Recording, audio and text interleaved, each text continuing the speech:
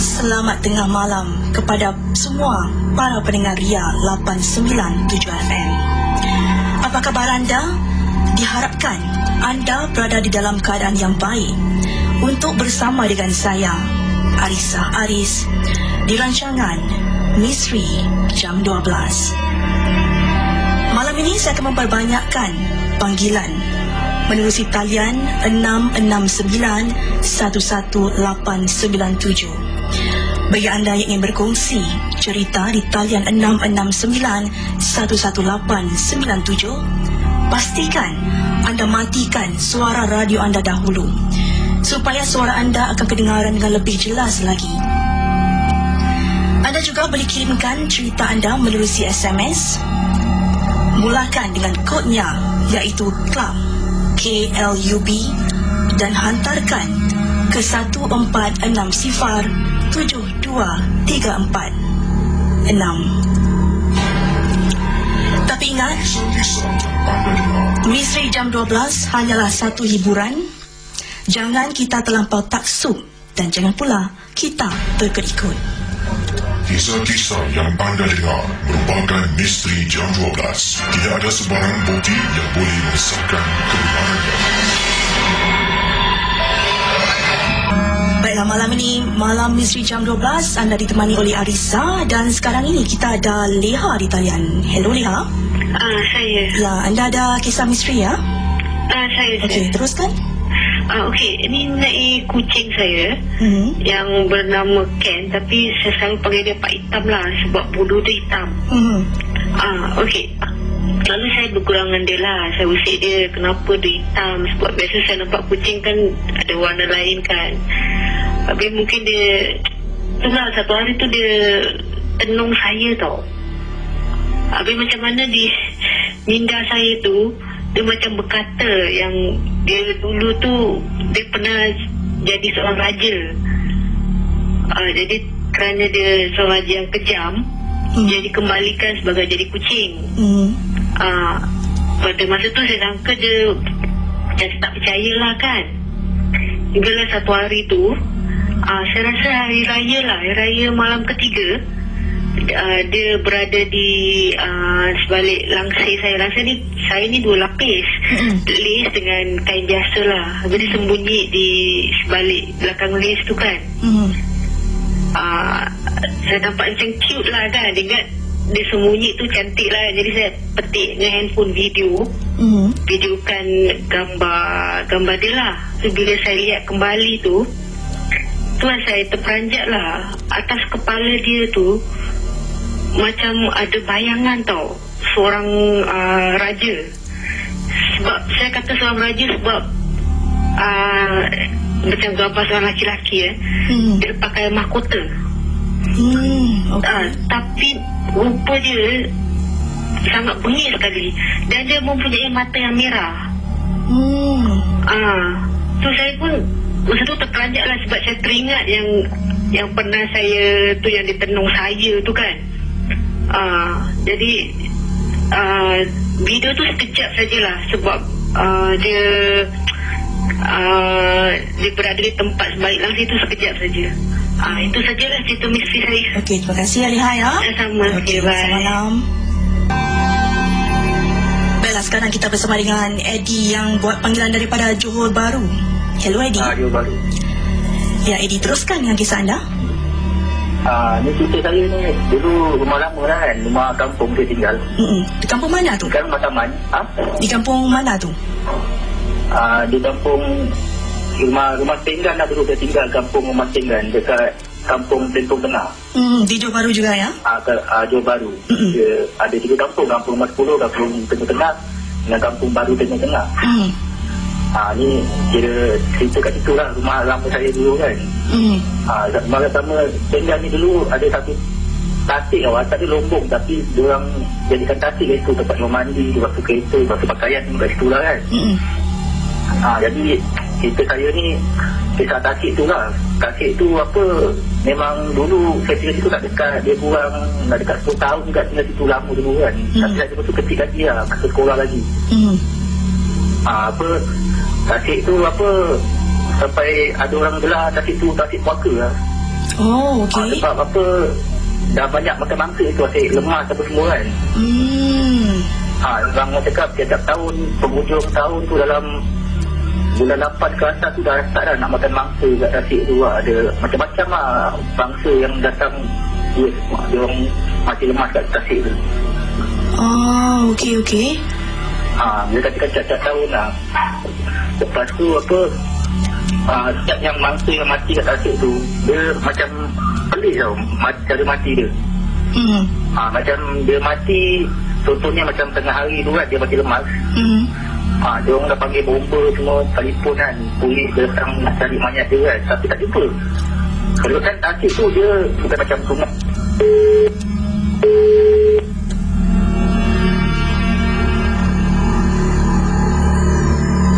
Terputus pula talian ya.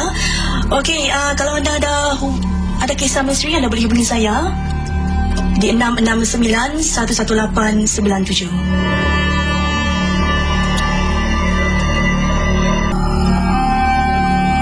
Baiklah, kita bersama dengan Afiq kini. Hello Afiq. Novi. Saya? Novi. Okey, teruskan dengan kisah anda. Ya, ini kejadiannya waktu sebelum saya berangkat ke Singapura ya. Waktu itu saya masih ada di balai latihan di Indonesia. Kejadiannya waktu malam minggu. Okey, kalau saya bertanyakan, Indonesia di bahagian mana ya? Ya. Di bahagian mana tu di Indonesia? Di Surabaya. Di Surabaya. Okey, teruskan. Di tempat balai latihan kerja itu katanya dulunya itu bekas sebuah hospital. Waktu itu kan saya pergi ke toilet kan pada jam 12.15. Padahal waktu itu sangat sunyi sekali di situ. Tiba-tiba ada seorang perempuan pakai baju putih, baju nas itu lah, rambut pendek. Dia melirik ke arah saya, melihat saya masuk tandas. Habis itu saya diam lah. Saya tak berani cakap apa-apa.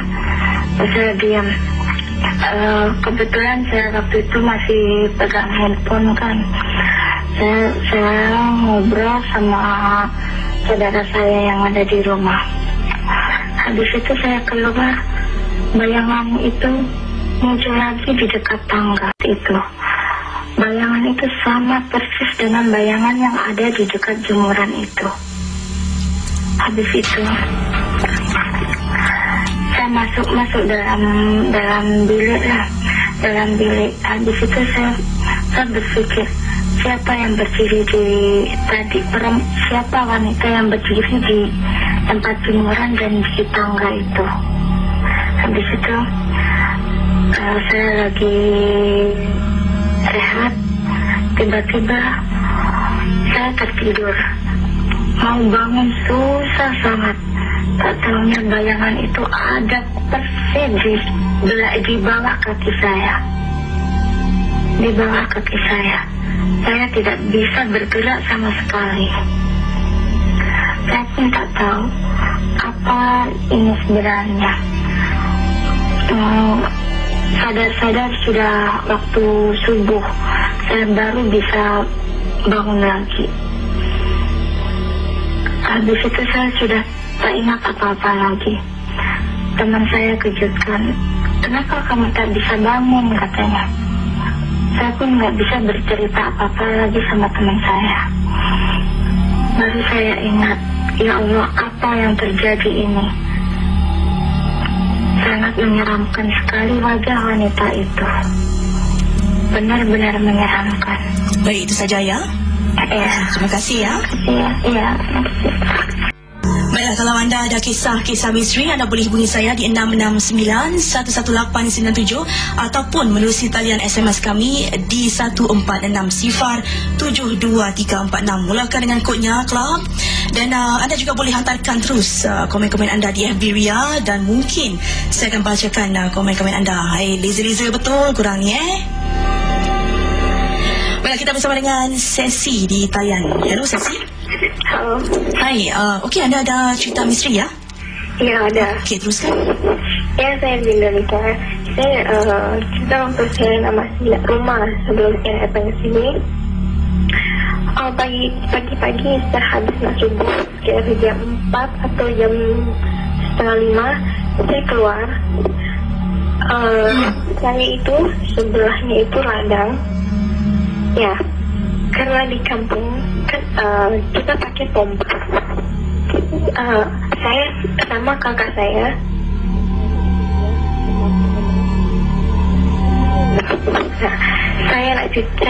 Saya yang mencuci, kakak saya muntah air. Tapi perasaan saya gitu, merasa takut karena di belakang rumah malam gelap ya. Saya merasakan dingin sebelah kiri saya. Saya tengok, saya nampak warna putih. Agaknya dia macam bayangan.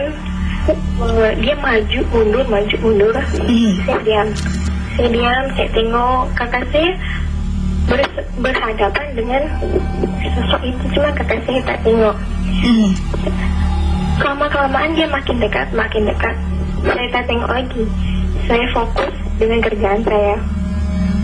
Lepas tu muka saya berasa macam ada yang nyangkut. Saya heran, apa ini menyentuh muka saya? Tahu-tahunya pas saya tengok, itu rambut panjang banget di sebelah saya, dia lagi pegang saya. Aduh, saya merasa takut sekali itu. Tapi kakak saya nggak benar-benar nggak tengok sama sekali. Dia nggak tengok, hanya saya yang merasakan. Terus itu kakak saya masuk. Kakak saya masuk, saya sendirian di situ. Aduh, saya tak tahu macam mana.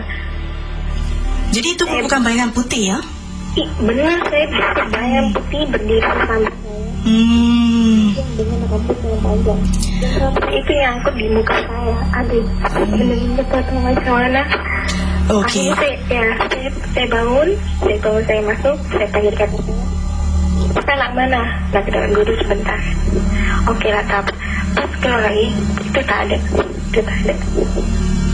Okey, dan kejadian ini berlaku pada petang ya? Rumah sendiri, ya, pagi lah, nak menjelang subuh. Okey. Okey Sesi, terima kasih ya atas cerita anda. Okey, terima kasih. Selamat malam. Baiklah, kita bersama dengan seorang pendengar kini. Hello. Halo, apa khabar Pak Radin? Baik, Pak Radin, okey. Ya, ini kamu siapa Pak? Ini ganti Casey ya? Ganti Casey. Ya, Pak Radin nasihatkan kamu, misteri jam 12 ni banyak juga panggilan-panggilan kronik dari orang. Tapi there's a proverb say, be an iron lady for yourself, and you become a born fighter, and you will become a strong inner lady in a misteri jam 12, okey? Ya, terima kasih Pak Radin. Tapi Pak Radin nak cerita berkongsi satu, sebab Pak Radin tak pernah telefon, Pak Radin hari rindu pula sebab suara kamu tu ada sympathetic voice yang penuh dengan kasih sayang. Pak Radin respect you, Pak Radin call you lah. Terima kasih Pak Radin. Pak Radin jarang nak telefon orang lain melainkan hero pujaan Pak Radin Casey aja lah. Okey. Ini Pak Radin nak cerita satu chronic case, boleh tak? Boleh, teruskan. Ini Pak Radin nak cerita satu. Kalau di antara selalu dalam perjalanan hidup Pak Radin ni, Pak Radin diketemukan banyak dunia case. Kadang-kadang some people tak suka sebab Pak Radin selalu case perempuan punya chronic case, masalah kaum wanita. Tapi kaum wanita yang Pak Radin tolong ni bukanlah kerana Pak Radin ni suka favor pro-woman or anti-man, tidak. Sebab dalam dunia perjalanan perubatan, sebab wanita ni ada dipanggil lemah semangat. Jadi itu pasal kadang-kadang Pak Radin dapat customer a lady more than a guy. But ada juga yang guy, Pak Radin tak pilih kasih. Kalau ada rezeki untuk mengobat seorang teman laki-laki, orang laki-laki Pak Radin ubat. Tapi apa nak buat, bodoh Pak Radin kadang-kadang untuk berobat dengan kaum ibu yang tua, nenek. Mereka juga wanita, bukan only a girl saja, but still under the woman world.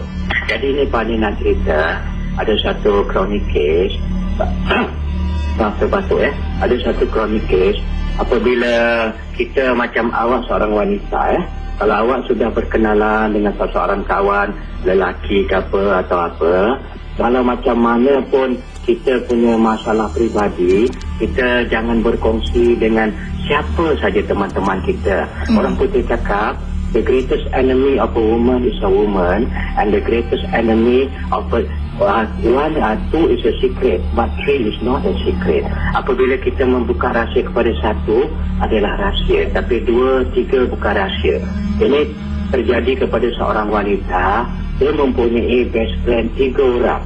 Jadi alam misteri ini bukan saja kepada Pontianak, bukan kepada devil. Alam misteri adalah mengenai misteri hidup manusia yang boleh menggunakan alam misteri juga dengan black magic is under consider dalam golongan misteri juga. Jadi apa terjadi? Macam contoh, awak ada seorang kekasih, you have a guy, ada seorang laki-laki, dan awak mempunyai sahabat baik, 2 sahabat baik.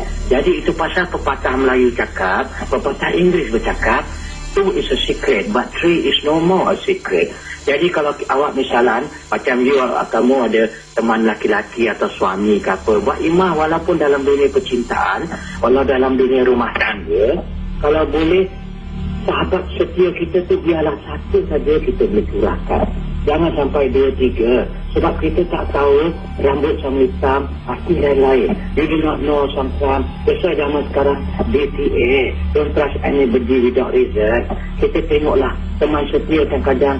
Teman yang selalu, yang banyak boleh jadi greatest enemy kita juga adalah teman setia kita. Because dia tahu weak point kita. Dia tahu macam mana nak matikan kita ke online atau kita punya buka kita ke kelemahan. So jadi kalau boleh, ini Pak Adin nak come back to the cerita, Pak Adin tak nak melirik. Jadi dia berkenalan dengan seorang kekasih dia. Jadi dalam kasih ni dia suka share SMS, dia suka kadang-kadang tunjuk isi my loved one, apa dia cerita, see my guy buka story ni, dia cerita dengan kawan dia ada 2-3 kawan dia tunjuk. Tapi malang 1000 kali malang, di antara the female colleagues yang dia suka tu ada satu yang ada menaruh harap, ada fatal attraction. Fatal attraction ni dalam bahasa Melayu adalah ada satu yang dipanggil asmara tergoda yang kronik, yang suddenly dia fall for that guy. Kawan baik dia, best friend, dia terdamak nak jatuh hati. Dan apa nak bikin, orang Melayu cakap, alang-alang mandi biar basah, alang-alang mengeluk perkasan biar sampai ke pangkal lengan. Dan you tahu apa terjadi? Dia pasal dia selalu dapat tengok gambar laki-laki ni, dia tahu address laki-laki ni gini. Dan apa terjadi? She stepped her best friend back dengan dia menggunakan ilmu black magic untuk menggoda pasangan kawan setia dia. She dare how to do it. Tapi akhirnya sampai kekasih kawan laki-laki dia tu hampir melupakan kekasih dia yang nak berumah tangga ni. They are going to get married, Tapi sampai dia lupa, sampai jangan maaf cakap bukan saja lupa, dia membenci orang yang dia sayang. Jadi motif Pak Adin nak cerita ni adalah kita boleh berkongsi segala rahsia kita, tapi every secret there is a limit, ada borderline. You cannot expose the whole of your 100% love story tu dengan your best friend. Ini yang terjadi. Itu pasal pepantun Melayu cakap, buat baik berpada-pada, buat jahat jangan sekali.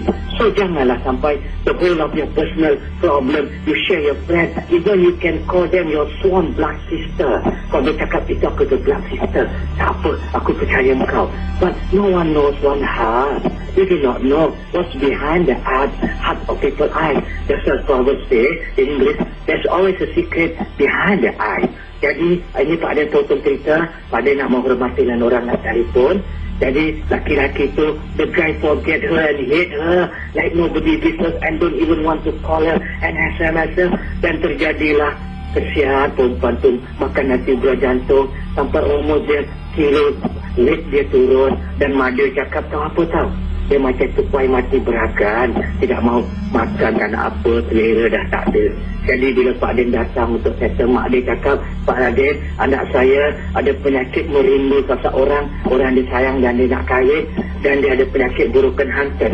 Siapa kalau kena penyakit merindu, kalau orang yang kita sayang, bayangkan kalau orang kita sayang dirampas orang, sedangkan kita nak mendera bahagia, tapi something happen. Of course you cannot separate your loved one, someone that is going to be your husband. Bagaimana? Itu pasal kaum wanita Pak ada nasihat No matter kalau awak tak ada sesiapa pasangan, janganlah merampas suami orang atau janganlah rampas tunangan orang. Kan dunia bukan sekuntum, kumbang bukan seekor. There's a lot of human being man yang ada. Janganlah ambil hak orang, apalagi kawan baik yang punya. Dan apatah lagi mengguna black magic, agama kau buat gitu dengan sound system kau. Tapi akhirnya inilah dipanggil apa tau, ikutkan hati mati, ikutkan rasa biasa, ikutkan nafsu lesu. Tapi dalam keadaan gitu perempuan tu sakit, tapi Pak Aden tak nak cut the story. Pak Aden dapat pulihkan balik kasih sayang mereka itu. Dan the guy dah mula sedar, what the hell, I forget my loved one. Dia minta maaf di SMS dan Pak Aden dapat pulihkan balik semangat dia tu, merindu kepada orang yang dia sayang. Dan akhirnya mereka nak berkahwin. So untuk you saudari Pak Aden tak kenal, kalau awak ada rahsia peribadi dalam rumah tangga atau ibu-ibu atau siapa rumah tangga, janganlah suka cerita dengan jiran-jiran. Satu mengumpat tentang masalah laki-laki. Tapi kadang-kadang kita tak tahu, dia ada partitin. Kadang-kadang kita beritahu orang menegur dia yang keruh. People take one now. Takes our kindness for weakness. So whatever it is, kalau siapa ada rahsia peribadi dalam dunia percintaan, dalam dunia rumah tangga, don't share with someone. Biarlah kita tanggung sendiri. Kalau kau bercinta dengan dunia orang, if you know you to find your way in, find your way out, and settle lah sama-sama dengan orang kau sayang. Don't share your secret too much with anybody, because you do not know what the other party, what is the devil that inside the heart of the human. Kan kita tak tahu, kadang devil ada. Awak nampak semua manusia, wajah manusia, tapi siapa yang bertapak di hatinya, di iblis ke syaitan, awak boleh tahu. So macam awak baru kerja, kesian kan? Awak tengok manusia-manusia yang kau lawak, ada yang sakit jiwa, ada yang kronik, dan ada yang mempunyai jiwa yang mengganggu orang. Begitu juga berabut sama hitam manusia lain. So be careful Pak Aden sayang awak sebagai keluarga, and everybody berjaga-jagalah.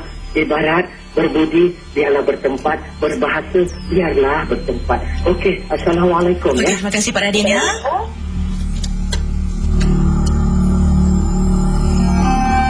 Siang hari ni Pak Raden call Dia dengar suara perempuan terus cepat-cepat dia call. Tapi betul kata Pak Raden tu tadi, kalau nak bilang rahsia anda harus hati-hati, terutamanya wanita ya. Anda harus berhati-hati dan jangan rampas laki orang, jangan rampas mati orang, tak baik.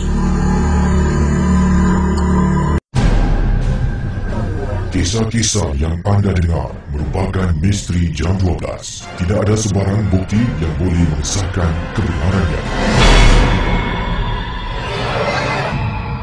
Kita teruskan ruangan misteri jam 12 dengan pendengar dari JB iaitu Arizuddin ya. Hello. Ya saya. Okey Bob, anda ni JB bahagian mana ni? Kampung Ulu Pandan. Ulu Pandan. Okey. Ya, saya. Okey, teruskan dengan kisah anda. Saya nak cerita tentang jiran saya ni Dia ni sepasang suami isteri yang merantau ke sini, cari rezeki kat sini lah. Suami ni biasalah kerja tukang kan, jadi balik kerja dah lepak, jadi tidur awal. Isteri dia ni time lebih kurang 12 malam lah tengah menonton televisyen tau. Time menonton televisyen ni dia dah rasa mengantuk, dia dah nak tidur tau. Dia bila nak tidur je, dia toleh ke sebelah kanan dia ada nampak satu lembaga hitam yang tengah menghulur tangan sambil menggoyang-goyangkan tangan dia, rasa macam nak cekik gitu. Dia menjerit dengan sekuat hati sampai adik saya yang berada dalam rumah boleh dengar jeritan dia. Dan adik saya tengah call dia punya boyfriend pun dengar juga punya kuat jeritan dia tu. Kemudian suami dia ni sadar, bangun, nyalakan lampu. Dia cakap suami dia ni lalu kat depan lembaga tu macam tak nampak apa-apa tau, padahal lembaga tu masih ada kat situ lagi. Dia menjerit sampai suami dia ambilkan air, sapu kat muka dia, baru dia sadar lagi. Itulah cerita dia. Okay. Jadi beliau ni tersampuk ke apa? Tidak? Dia tak tersambut tau. Dia nampak tau. Dia cuma nampak je. Tapi macam kat rumah dia tu memang selalu dia akan nampak macam itu. Tapi kali ni betul-betul macam nak menyerang Tapi cuma gangguan macam tu je lah. Okey. Seram juga tu Okey. Baik, terima kasih kalau saya yang kena pun tak tahu nak cakap apa. Terus pingsan ya. Okey, terima kasih ya. Okey, sama-sama. Baiklah, kita kini bersama dengan Haikal ya. Haikal buat panggilan dari mana ni? Dari McPherson. McPherson, okey. Teruskan cerita anda. Ni tentang adik saya yang paling muda lah. Dia masa tu umur dia baru 2 tahun. Dah lingkungan 2 tahun gitulah. Mula-mula kita tak tahu apa-apa lah. Pasal nampak macam budak kecil kan. Jadi mula-mula kita nak pergi Changi. Malam tu kita nak pergi Changi. Jadi kita ada tumpang kereta lah. Jadi dah kat Changi semua dah nak balik. Sekali dalam kereta kita tengah berbual, dia diam. Dia diam tu, pasal kita tanya, adik kenapa diam? Dia kata, ada benda. Ada benda kat mana? Dia kata, ada benda lah kat tingkap. Kita semua dah terperanjat. Jadi kita diam je lah. Dia diam. Tu kira petanda yang mulanya lah. Dia boleh nampak barang. Terus kali keduanya, terjadi kat rumah. Kita tengah ada macam jemput-jemput orang datang lah. Tengah jemput-jemput, waktu tu baru lepas maghrib. Jadi dia tengah main-main dengan abang dia. Dia diam. Dia tanya lagi lah, kenapa diam? Ada satu perempuan tu, dia rambut panjang, baju putih, dia masuk rumah. Kita semua dah takut sikit lah. Jadi yang sekali tu, yang terakhir tu, saya kena sendirilah. Saya masa tu ibu bapa saya keluar. Jadi saya dengan dia je kat rumah. Saya tengah tengok TV syok-syok. Sekali dia kata, abang, ada benda hitam tau. Saya kata, jangan merepek lah. Dia kata, betul ada benda hitam kat situ, kat penjuru tu. Saya kata, biar betul budak ni. Saya dah takut. Jadi saya telefon mak bapak saya. Terus minggu seterusnya kita pun telefon pakar lah. Pakar pun tolong tutupkan lah. Kira kalau menurut kata orang putih tu, third eye lah. Itu je cerita saya. Okey, terima kasih ya. Terima kasih. Okay. Baiklah, kita bersama dengan Taufik ini. Hello Taufik. Hello. Okey, dengar tadi ada cerita tentang pocong ya? Ya. Okey, teruskan ya cerita anda. Saya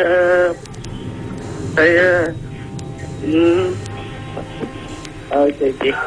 Saya yang kawan saya tengah jalan. Saya jalan kat Tapi suara anda kurang jelas ya. Jangan dengar radio ya. Tolong matikan radio di belakang. Okey.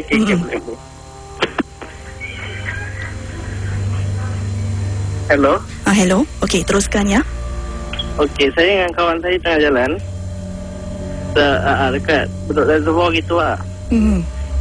Kali saya dengan kawan saya, kita lepak-lepak kat Bedok Reservoir gitu. Kali tiba-tiba lampu tutup tau. Lampu macam satu persatu tutup. Jadi saya dengan kawan saya fikir untuk nak patah balik lah. Hello? Ya, saya dengar ni. Dengar tak? Dengar? Dengar. Okay, saya tiba-tiba macam dengan kawan saya dah takut kan. Dengan kawan saya nak patah balik lah. Tapi kita patah balik, on the way balik rumah gitu lah. Saya nak hantar kawan saya pun nak balik. Kali saya tengah turun bridge, tahu awak tahu bridge Bedok Town kan? Bedok Town Park. Dekat daerah situ. Lepas tu saya nampak ada kawan saya lah, dia tegur saya, dia bilang tengok di depan sana gitu. Sekali ada kerusi. Ada kerusi itu, sekali saya nampak kerusi di belakang saya, ada barang tu saya tak nampak sangat. Okay, saya tengok. Terus saya tengok ada pocong. Saya tahu lah, tapi muka dia meneramkan tau. Di belakang tempat duduknya atau di mana ni? Di depannya. Sedang berdiri? Sedang baring. Tengah tengok saya. Tengah tengok saya. Selepas tu apa yang berlaku?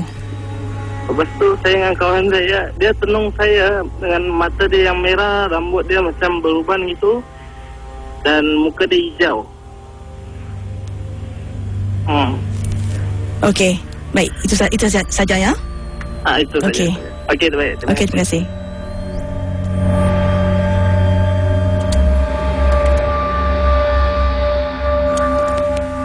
Macam manalah pocong ada muka warna hijau Tak faham saya. Hello Ria. Ya, hello. Okay. Assalamualaikum. Waalaikumsalam. Siapa tu? Okey, nama saya Ridwan. Okey. Ini saya ada pengalaman tentang keadaan rumah lah. Di mana tu lokasinya? Di ini bukan rumah saya, ini rumah makcik saya. Mungkin kita tengah dengar lah nama dia Kak Ruzi lah. Sekarang itu dari telefon kat sana juga. Okey. Ini pengalaman ni jadi dah lama lah. Saya rasa dalam ada 8 tahun ke 10 tahun yang lalu lah. Okay, jadi dulu dekat rumahnya tu anak dia semua masih kecil-kecil lagi. Jadi saya tidur di dalam bilik anak lelaki dia lah. Jadi anak lelaki dia yang kecil-kecil tu saya tidur dengan makcik saya dengan pakcik saya lah, satu bilik lah. Jadi bila saya tidur dalam bilik anak lelakinya tu, saya tak perasan yang saya ni tak tutup tingkap. Jadi saya dah tutup bilik dengan pintu. Saya tu baring mata lelaki lah. Jadi saya kepala ni menghadap kat tingkap yang dah buka tu. Kaki menghadap dekat pintu lah. Jadi bila time saya dah terlelap dalam pukul 12 lebih dan pukul 1 lebih macam lah, saya macam rasa diri saya macam kena empat lah. Jadi saya macam tak boleh bergerak, saya tak boleh bernafas. Saya nak bergerak-gerak, meronta-ronta macam tak boleh bangun lah. Saya nak try to get up tapi tak boleh bangun. Jadi saya buka mata lah. Bila saya buka mata tu, jadi kat depan saya ni, saya tengah baring ni, depan tu ada almari. Jadi sebelah almari tu pintu lah kan. Jadi sebelah almari tu saya ada nampak satu macam lembaga lah, susuk tubuh seorang budak perempuan kecil lah. Dia tengah diri kat depan tu, tengah memerhatikan saya lah. Jadi saya pun rasa takut, ada panik, habis nak bangun tak boleh bangun. Jadi saya terus tutup mata balik. Jadi saya baca-baca lah ayat-ayat apa yang saya tahu lah. Baca. Adalah dalam 10 minit ke 15 minit macam ada benda berlaku lah. Jadi in the end saya terus pekik lah. Saya cakap Allah Akbar. Tu saya dapat bangun lah. Bila saya dapat bangun tu, terus saya keluar, saya buka pintu, saya keluar, saya duduk dekat depan pintu makcik saya. Pintu bilik dia lah, saya nak ketuk. Tapi dah malam kan, takut mengganggu pula. Saya terus duduk dekat depan pintu dia tu. Saya tenangkan tenangkan jiwa saya, perasaan saya lah. For quite some time lah saya duduk depan tu. Dan lepas tu saya dah rasa bertenang sikit. Saya duduk atas kerusi, saya isap rokok lah. Jadi lepas tu terus makcik saya pula buka pintu, dia keluar, dia cakap anak dia yang kecil tu muntah-muntah, yang perempuan ni, yang kecil tu muntah-muntah. Dia pergi kat dapur, dia tanya saya apa awan buat kat luar ni. Cakap tak ada apa-apa, panas kat rokok. Dia tak bilang dia lah. Tapi keesokan harinya baru saya ceritakan dia. Itu je lah pengalaman ni. Okey, terima kasih ya Taufik. Sama-sama. Baiklah, macam-macam kisah pada malam ni. Pocong ada rambut lah, muka hijau. Ada yang kata ni daripada Azroy ya. Tiba-tiba jam pula komputer saya ni. Yang mengatakan itu bukan pocong, tu Incredible Hulk.